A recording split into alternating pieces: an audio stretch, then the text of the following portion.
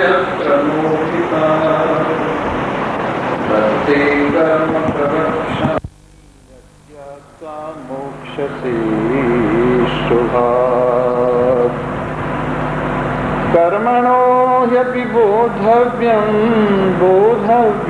च विकर्मणा अकर्मणस्य बोधव्यं गहना कर्मणो गतिः कर्मण्यकर्म यः पश्येद कर्मणि च कर्म यः स बुद्धमान् मनुष्येषु स युक्तः कृत्स्नकर्मकृत् यस्य सर्वे समारम्भा कामसङ्कल्पवर्जिताः ज्ञानाग्निदग्धकर्माणं तमाहुः पण्डितं बुधाः।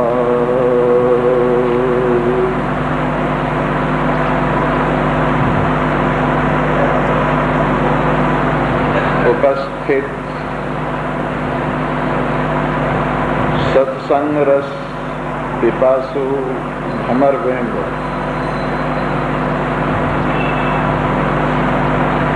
उधर ही बैठ जा, कोई बात नहीं है, बैठ जा उधर ही, उधर बैठ। बोलो सच्चिदानंद।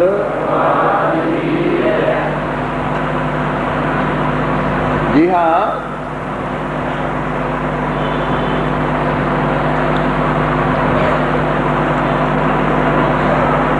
तो कल आप लोगों ने बड़े श्रद्धा से, बड़े प्रेम से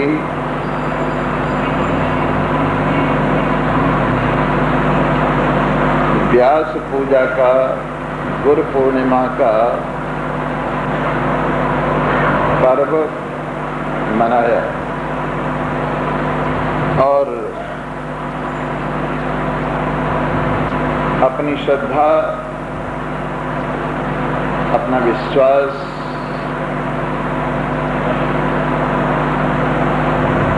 व्यक्त करते हुए अपने लिए कल्याण का पथ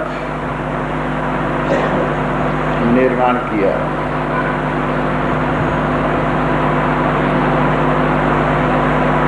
एक वर्ष के उपरांत फिर ये व्यास पूजा का दिन आएगा जो कल चला गया और जिस रूप में कल गया वैसे रूप में फिर वापस आना उसका असंभव है। खैर, आपने भजन, कीर्तन, उपदेश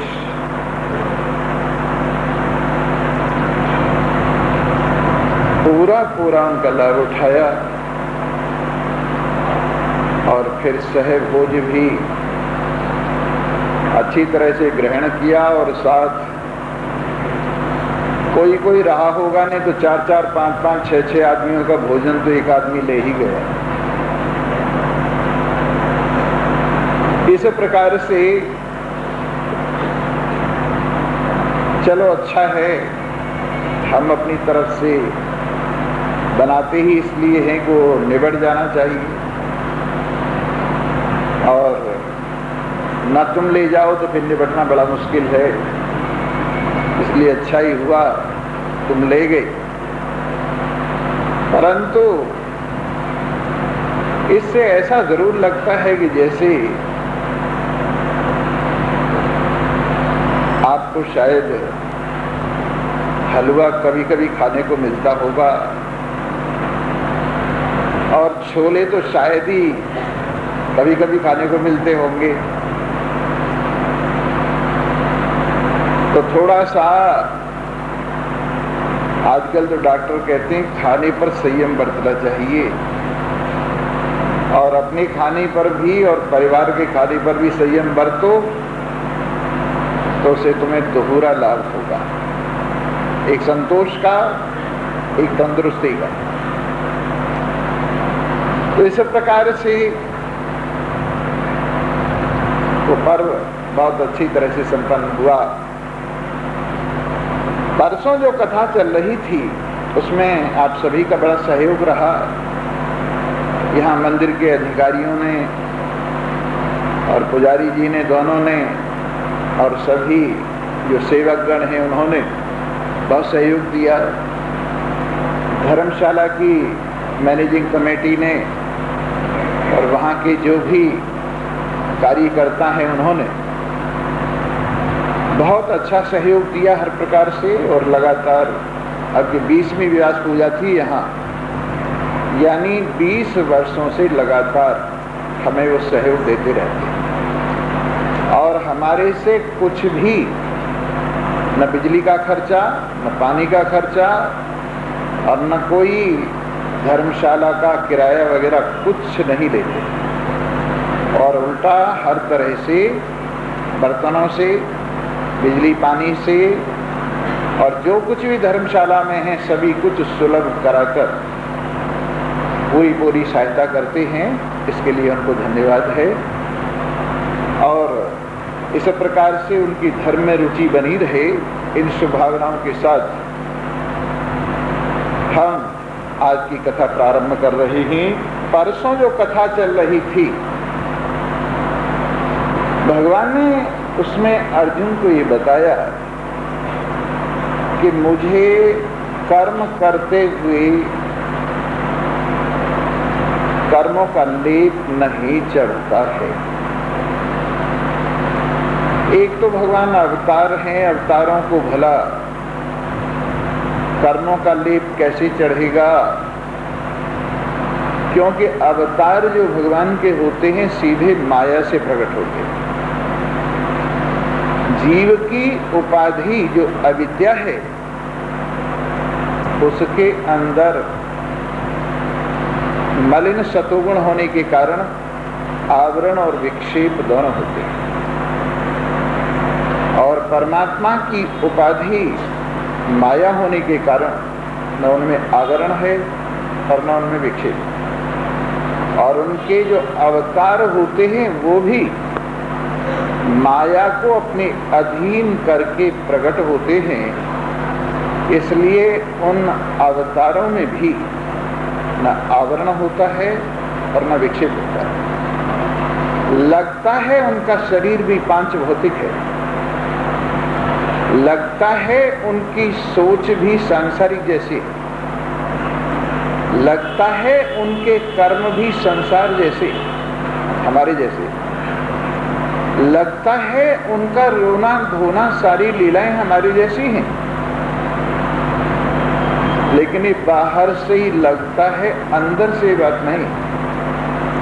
अंदर से उनकी लीलाएं दिव्य हैं, अंदर से उनका जन्म दिव्य है, अंदर से उनका कर्म दिव्य है, और अंदर से उनका जो कुछ खेल है दिव्य है, क्योंकि वो माया को अपने अधीन करके प्रकट होते हैं।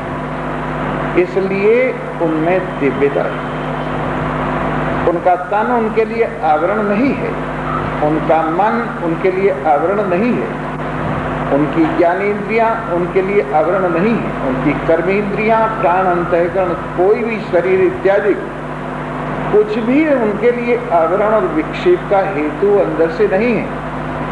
और बाहर से ऐसा लगता है कि जैसे उनका तन भी हमारी तरह से उनके लिए पड़ता है, उनकी ज्ञानेंद्रियां, कर्मेंद्रियां, प्राण, अंतःकरण भी हमारी तरह से उनको पड़ता है, परंतु ऐसा नहीं। और एक विशेष बात है, जीव साधना से अपना मल निवृत्त करता हुआ, उन्नति करता हुआ विशेष शक्तियां, सीमित शक्तियां प्राप्त कर सकता है। लेकिन अवतारों को ऐसा कुछ नहीं है कि कोई साधना के द्वारा शक्ति प्राप्त करते हों।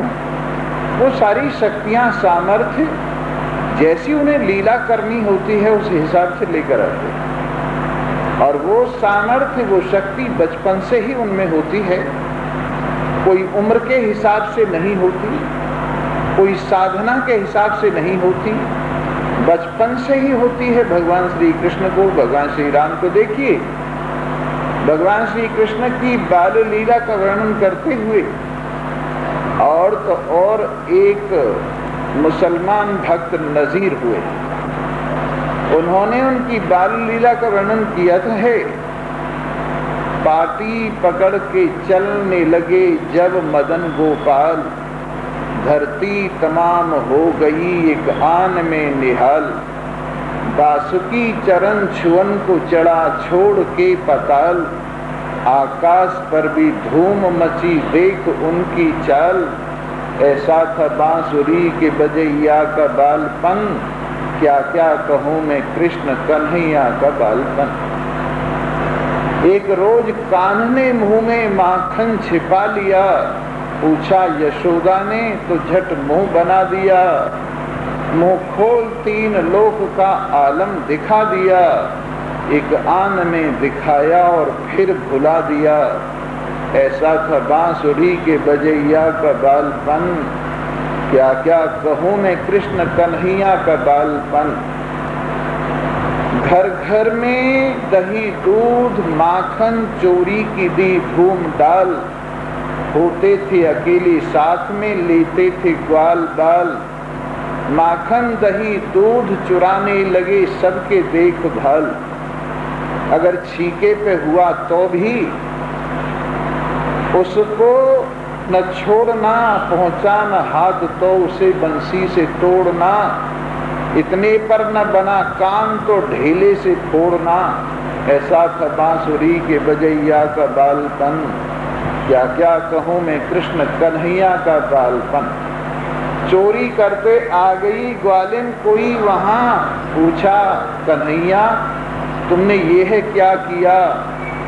भगवान श्री कृष्ण तब करते थे ये बयां, मैं तो तेरी दही की निकाले था चीटियां, खाता नहीं था मैं तो उड़ाता था मक्खियां।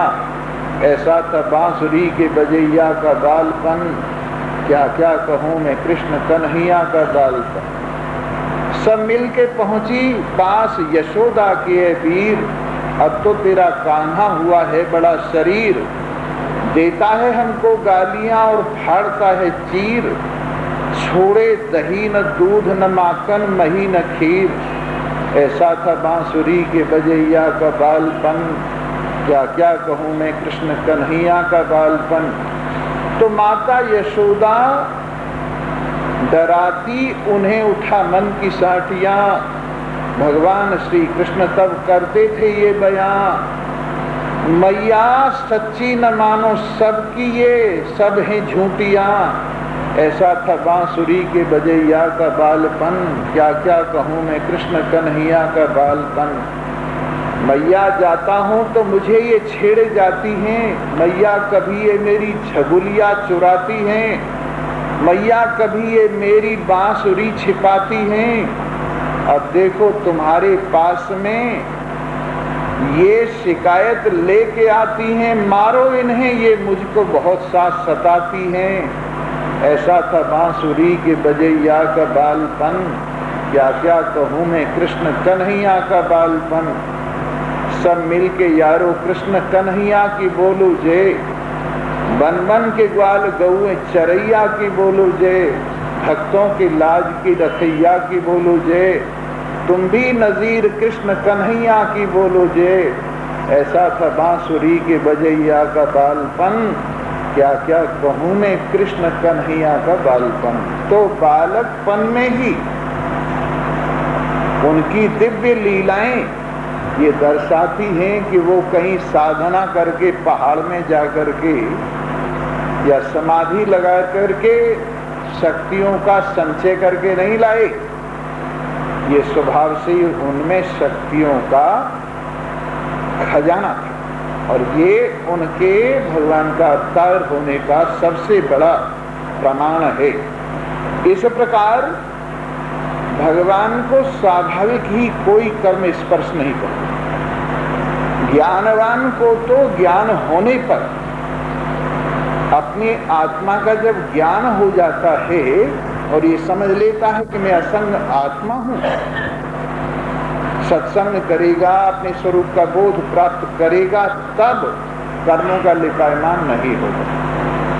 परंतु भगवान को तो स्वभाव से ही ज्ञान स्वरूप ही है वो, इसलिए उनको कर्मों का लिपायमान नहीं होता।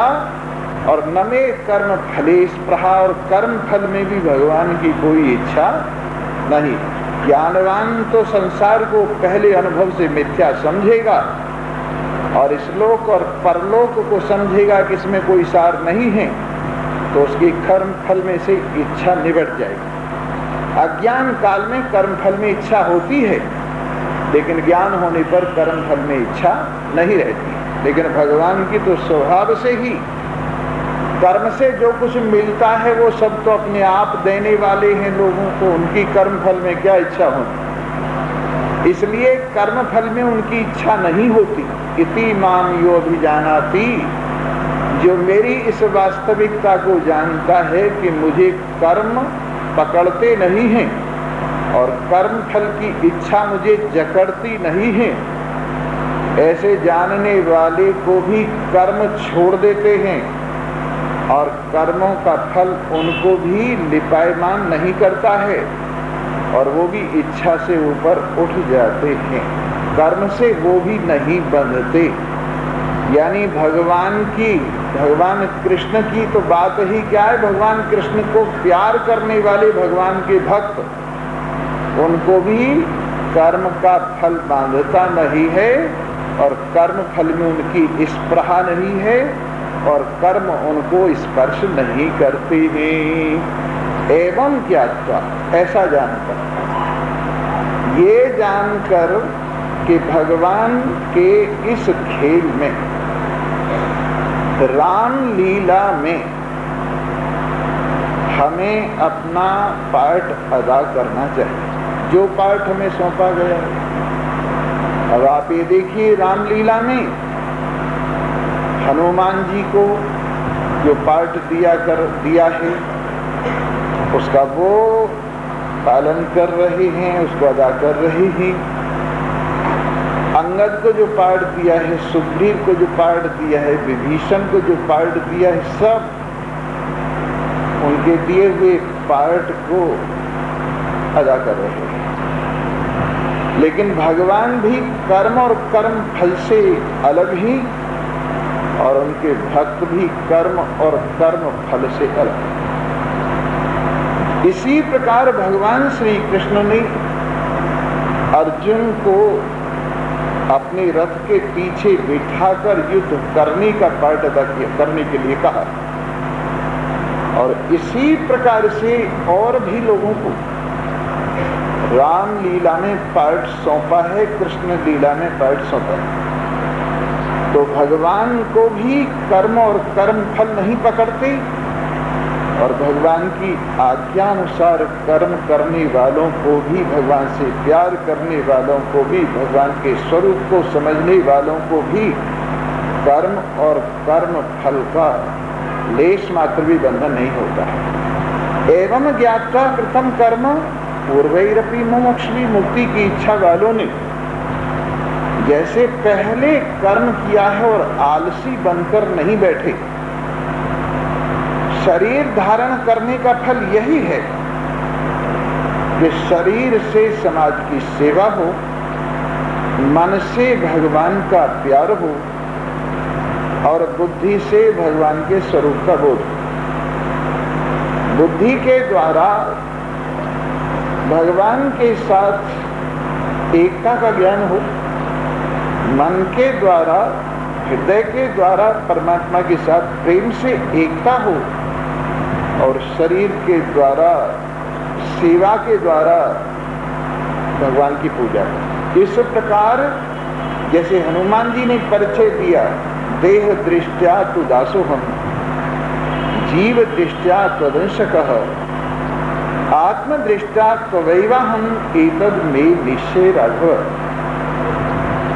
जब सुग्रीव ने हनुमान जी को प्रवर्षण पर्वत से नीचे भेजा और कहा कि पता करो ये दोनों राजकुमार कौन है, किस लिए यहाँ घूम रहे हैं? कहीं बाली ने हमारा वध करने के लिए तो नहीं भेजा इनको?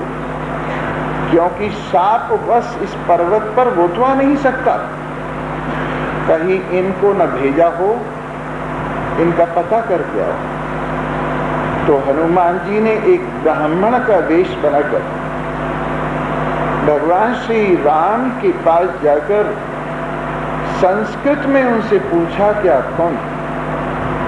और भगवान श्री राम ने उनको वो जानते थे, लेकिन फिर भी कहा, हम महाराज दशरथ के पुत्र हैं, ये मेरे छोटे भाई लक्ष्मण हैं, हम अपने पिता की आज्ञा का पालन करने के लिए 14 साल के लिए वन में आए हुए हैं, और यहाँ समीप ही पंचवटी पर हमारी धर्म पत्नी का अपहरण हो गया। हम उनको ढूंढते हुए यहाँ तक चले आए हैं, खोजते हुए। अब आप बताइए विप्रवर, आप कौन है? जब भगवान श्री राम ने ऐसा पूछा तो हनुमान जी के मन में आया कि ये मुझे जान तो गए हैं, लेकिन फिर भी मेरे इस वेश को, जो वेश मैंने ऊपर से धारण किया हुआ है, इसको संबोधित करते हुए कहा, यह कौन है? तो उन्होंने अपनी वास्तविकता भगवान के सामने प्रकट की। कहा, प्रभु, आदमी कहीं भी अपने आप को छिपा ले दे, लेकिन आपके सामने कौन छिप सकता है? आपके सामने कौन रूप बदल सकता है? आपके सामने यथार्थता प्रकट हो जाती है, और जब कोई सामने आ जाता है तो उसको आपके दर्शन मात्र से अपना साक्षात्कार हो जाता है। भगवान ने स्वयं कहा है, सन्मुख हो ये जीव मोहि जब ही,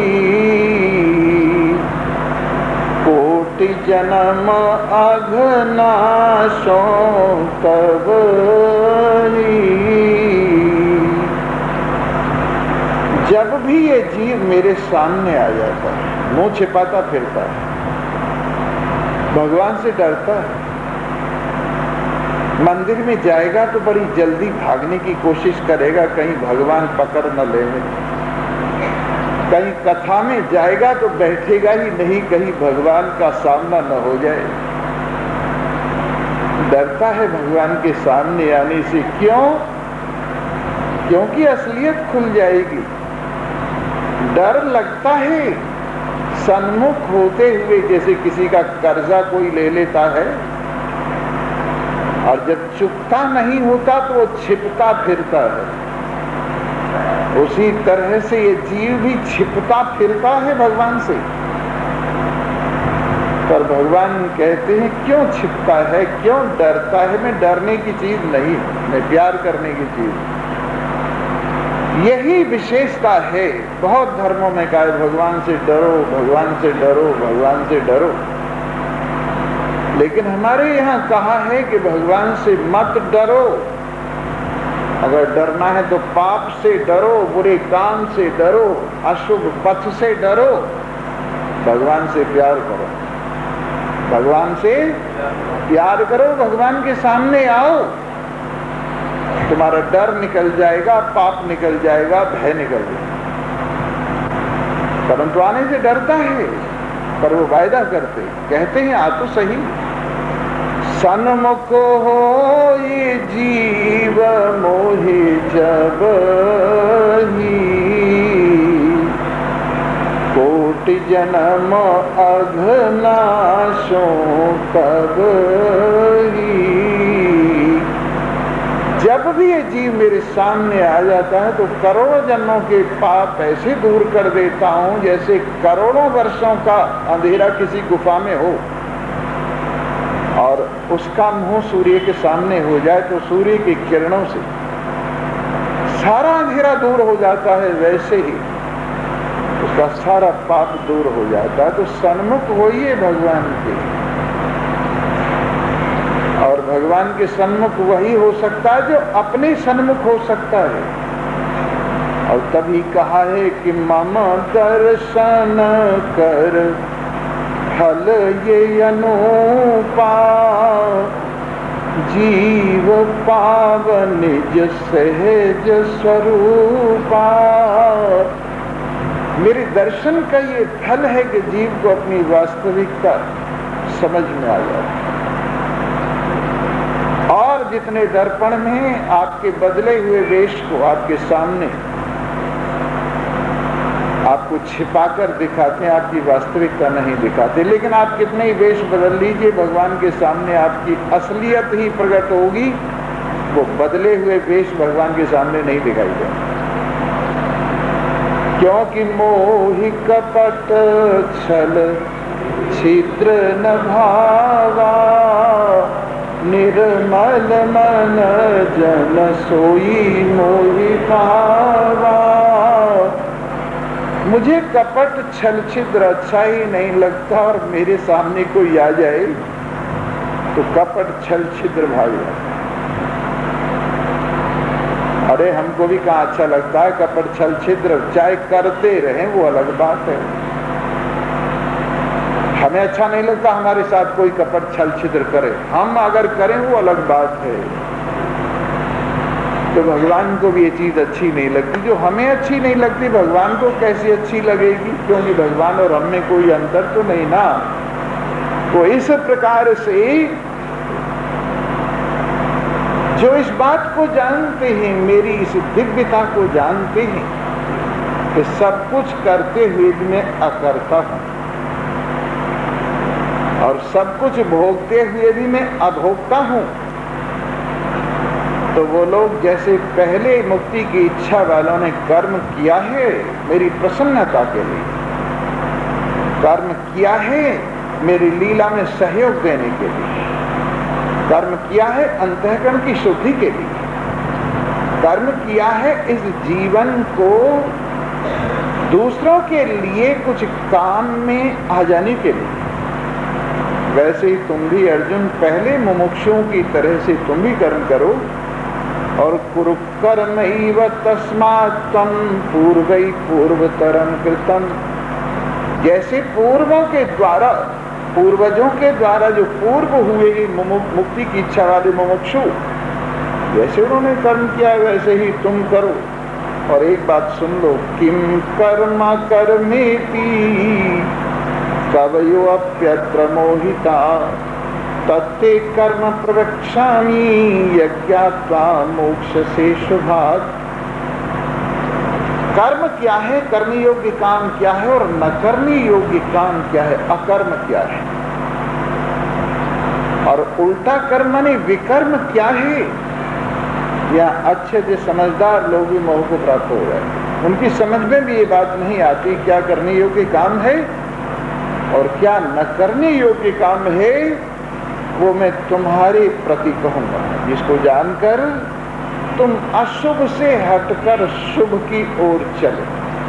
देखो मेरे मित्रों, तरीका यही है, पहले अशुभ से हटो और शुभ में लगो, फिर धीरे धीरे शुभता तुम्हें परमात्मा से जोड़ देगी, और परमात्मा से जुड़े जुड़े तुम महान पुरुषों की कृपा को प्राप्त होकर अपने स्वरूप का बोध प्राप्त करके भवसागर से पार हो जाए। जब तक कर्मों की शुभता से नहीं जुड़ोगे, जब तक विचारों की शुभता से नहीं जुड़ोगे, जब तक आहार की शुभता से नहीं जुड़ोगे, तब तक भगवान से भी नहीं जुड़ोगे। भगवान से जुड़ने के लिए व्यवहार की शुद्धता, आहार की शुद्धता और विचार की शुद्धता होनी चाहिए।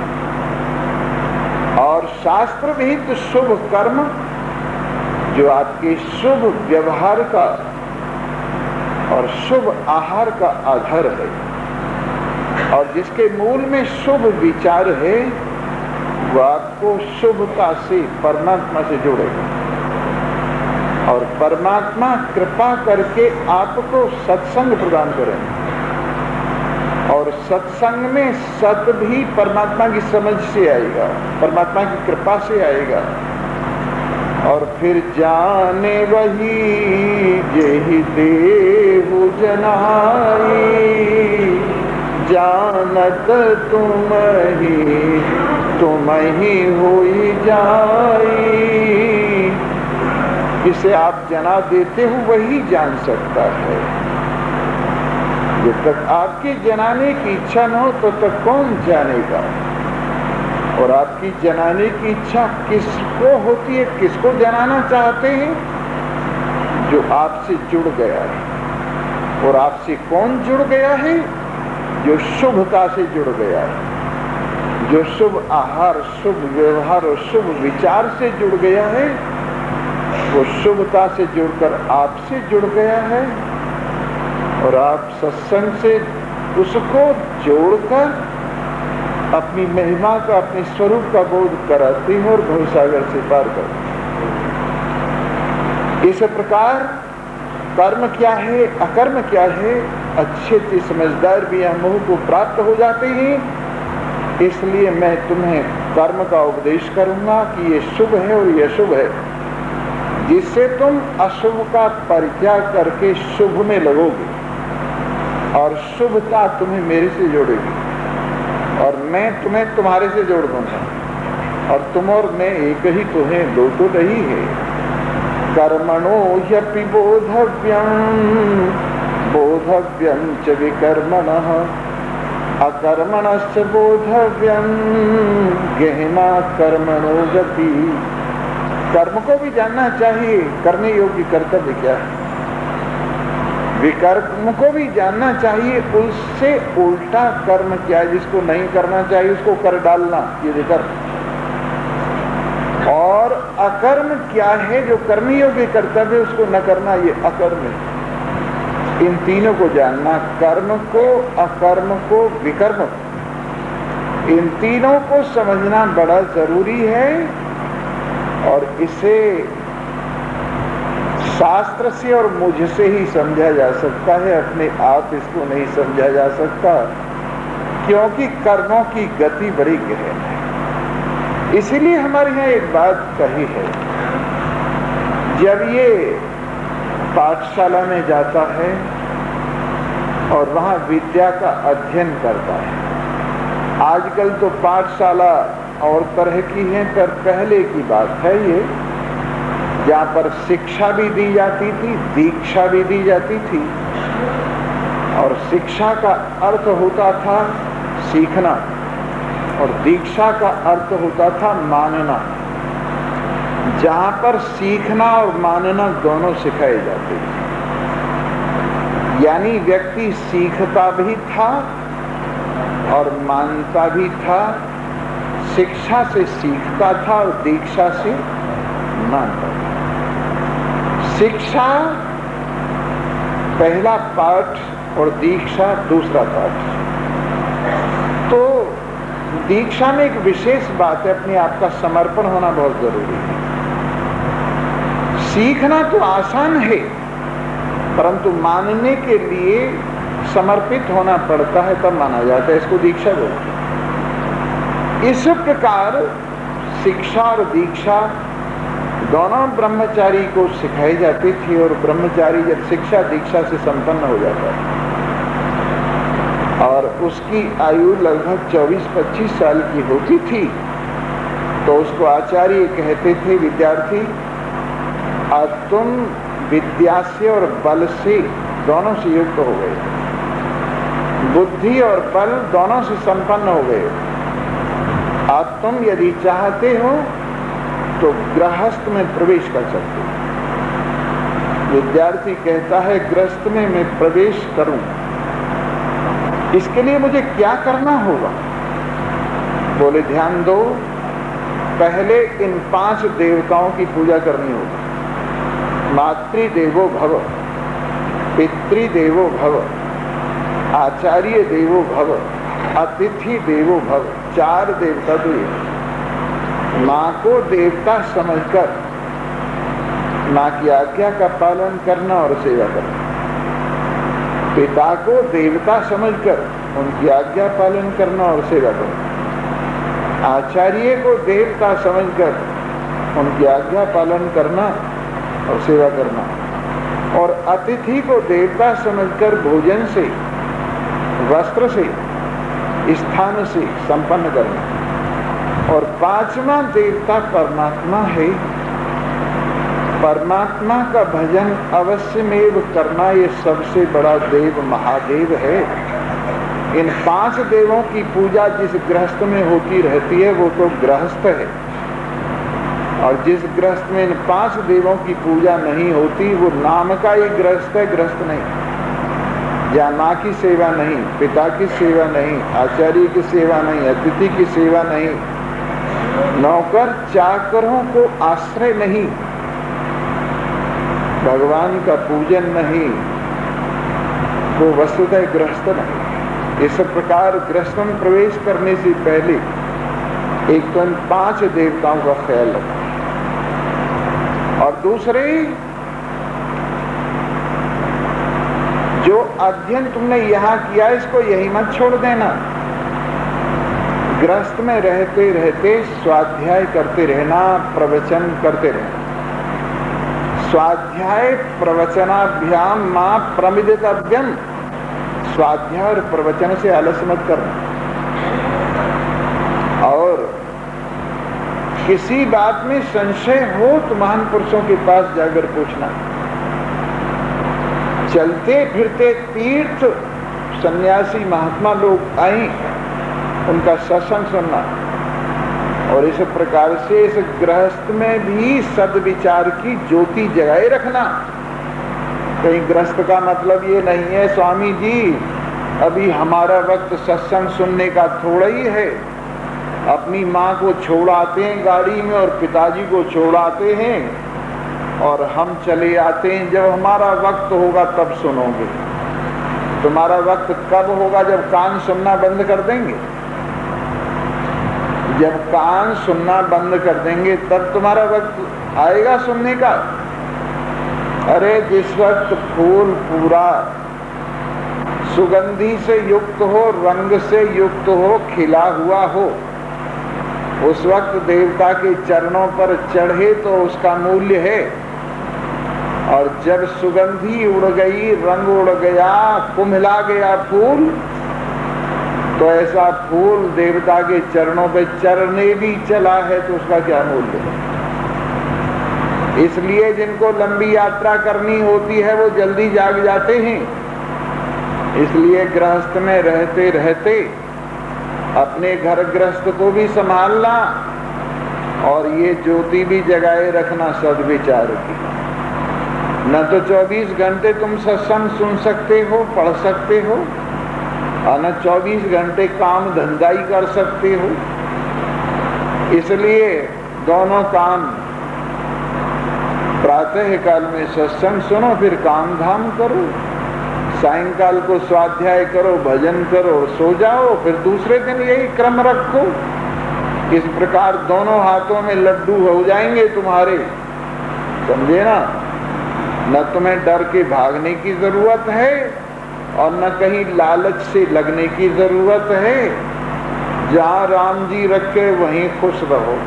तो इस प्रकार गृहस्थ में भी आप अपना काम बनाए रखिए। ये मत सोचिए कि जब बुढ़े हो जाएंगे तब देखेंगे, तो ऐसा नहीं। इसलिए कर्म को भी समझना चाहिए, अकर्म को भी समझना चाहिए और विकर्म को भी समझना चाहिए, क्योंकि कर्मों की गति बड़ी गहने में बता रहा था। आजकल तो पाठशालाएं कुछ रह नहीं गई हैं, तो पेट भरने की विद्या सिखाते हैं और पहले यूं सोचते हैं कि कहाँ नौकरी लग सकती है, ऐसा सब्जेक्ट लो। नौकर बनाने के लिए पढ़ते, नौकर बनने के लिए पढ़ते, और केवल अर्थ प्रधान विद्या हो गई है। अर्थ खर्च करो और अर्थ कमाने के चक्कर में पढ़ो। हमारे शास्त्रों में कहा और हम अनुभव भी कर रहे हैं, जो विद्या धन से ग्रहण की जाती है उस विद्या से धन तो कमाया जा सकता है पर कल्याण प्राप्त नहीं किया जा सकता।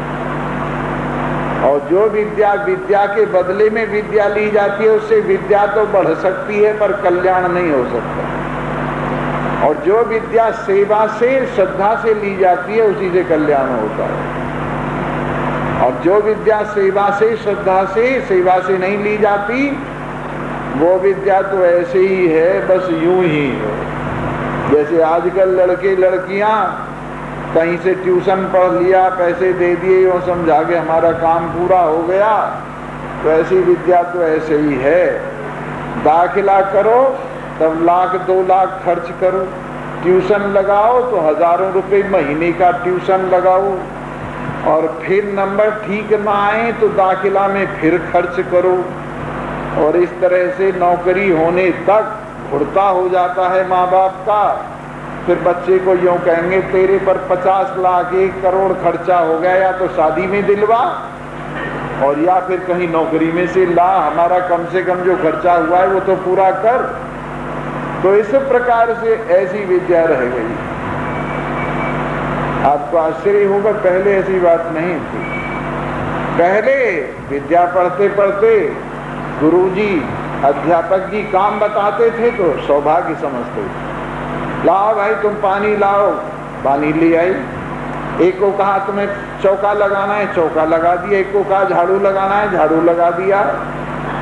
ऐसा काम विद्यार्थी करते थे और यूं नहीं समझते थे इसमें कोई अपमान है। हमारे लड़के से झाड़ू लगवा रहे हो मास्टर जी, ऐसा कुछ नहीं। सेवा से विद्या मिलती थी और वो विद्या कल्याण भी करती थी। तो मेरे मित्रों, इस प्रकार उस विद्या से सीखा जाता कर्म क्या है, अकर्म क्या है, कर्म क्या है। कर्मणि अकर्म यह पश्येद कर्मणि च कर्म यह स बुद्धिमान मनुष्येषु स युक्तः कृष्ण कर्म कृत। कर्मणि अकर्म यह पश्येद, करने योग्य कर्तव्य को जो बिना स्वार्थ के, यानी उसमें स्वार्थ नहीं देखता, जो करने योग्य कर्तव्य में जो अकर्म देखता है, अकर्म से तात्पर्य फल की इच्छा जिसको नहीं। और अकर्मणी से कर्म, ये जिसे लोग यूं कहते हैं कि तो बिना मतलब के किया ही नहीं जा सकता और उसे कोई नहीं कर सकता बिना मतलब के, उसको बिना मतलब के करने के लिए तैयार हो जाए। जो अकर्म में कर्म की भावना और कर्म में अकर्म की भावना रखते हैं। अकर्म से तात्पर्य साधारण आदमी जिसे अजी हमारा क्या मतलब है, उसे हमें क्या फायदा होगा, बेकार हम वहां सड़क पर पड़े हुए पत्थर को उठाते फिरे, हमें क्या मिलेगा उससे। इसी प्रकार आम जनता जिससे अपना कुछ फायदा नहीं है, नोट वोट का, पैसे वैसे का फायदा यही गिनते हैं। नहीं तो हमारे यहाँ 4 तरह के फायदे हैं, धर्म अर्थ काम मोक्ष, ये 4 फायदे हैं, 4 लाभ हैं, 4 उपलब्धियां हैं। धर्म की उपलब्धि, धन की उपलब्धि, काम की उपलब्धि और मोक्ष की उपलब्धि। इनमें से मोक्ष की उपलब्धि सबसे श्रेष्ठ है और काम की उपलब्धि सबसे निकृष्ट है, और अर्थ की उपलब्धि यदि काम की तरफ हो तो महानिकृष्ट है, और ये धर्म की तरफ हो तो कुछ ठीक भी है, और धर्म की उपलब्धि तो खैर श्रेष्ठ है ही, कल्याण की ओर ले जाने वाली है। तो धर्म की उपलब्धि किसी किसी के मन में होता है कि धर्म की बात हो। धर्म से मतलब अंधविश्वास का नाम धर्म नहीं है। लोग इसी को धर्म समझते हैं, अंधविश्वास को। जो करणीय कर्तव्य है उसे तो छोड़ देंगे और इधर उधर धक्के खाते फिरेंगे, उसको धर्म समझते हैं लोग। घर में अंधी माँ बैठी हुई है, उसको तो छोड़ जाएंगे और वहां वैष्णव देवी में जाके माँ को 4-4, 10-10 प्रणाम करेंगे। माँ यूं कहेगी कि देख मेरा रूप वहां तेरी अंधी माँ बैठी हुई, उसे छोड़ के तू यहाँ आया है। तो हम लोग धर्म का रूप जो कर्तव्य रूप में है, जो हमारे सामने बैठ खड़ा हुआ है, उसे तो छोड़ भागते। और जो केवल मात्र जो धर्म अरे हमारे पास समय हो तो जाए, और नहीं समय है तो हम बेकार जो परम कर्तव्य, परम धर्म है, उसे छोड़ के उपधर्म के पीछे भागते हैं, और इसका फल ये होता है कि हमारा गृहस्थ उलट पुलट हो जाता है, हमारा गृहस्थ उलट पुलट हो जाता है।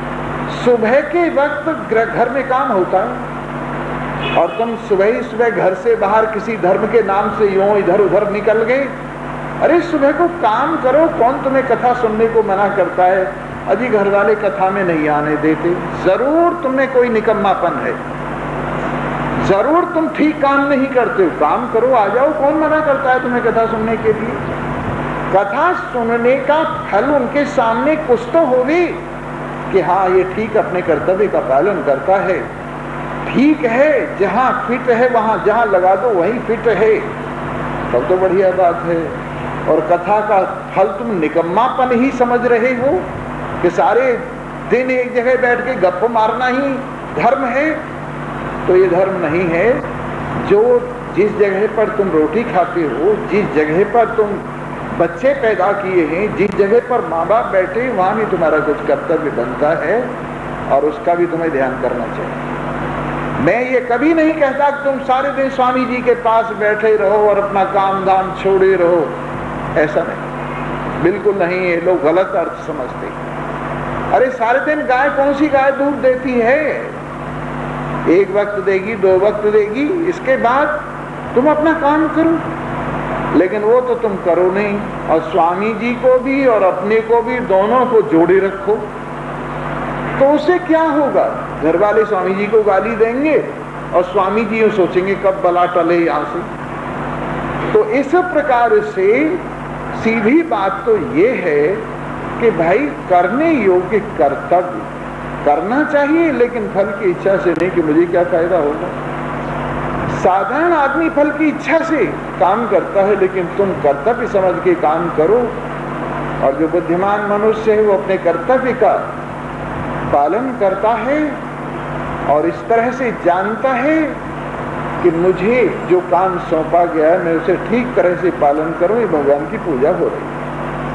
यश सर्वे समारंभा काम संकल्प वर्जिता, जिसके सारे काम और कामों का प्रारंभ इच्छा से विरहित, संकल्प से विरहित है, और ज्ञान की अग्नि से जिसने कर्म और कर्म फल को जला दिया है, उस समझदार को पंडित कहा जाता है, उस समझदार को ज्ञानवान कहा जाता है।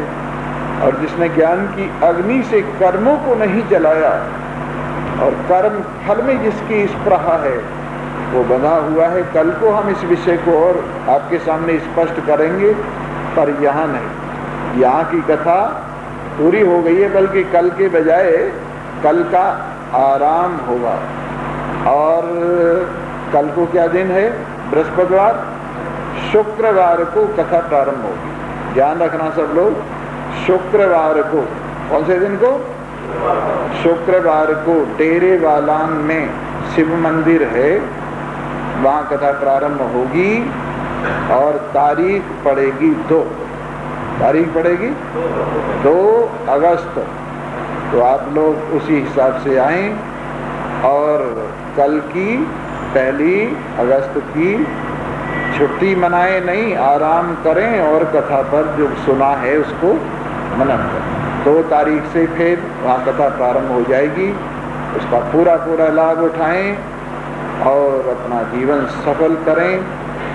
तो यहाँ के धन्यवाद तो मैंने पहले ही दे दिया, दोबारा फिर धन्यवाद देता हूँ सभी लोगों को, मंदिर की कमेटी वालों को, पुजारियों को, सेवक गणों को, और तुम सब लोगों को, भगवान जी को, सबको धन्यवाद है।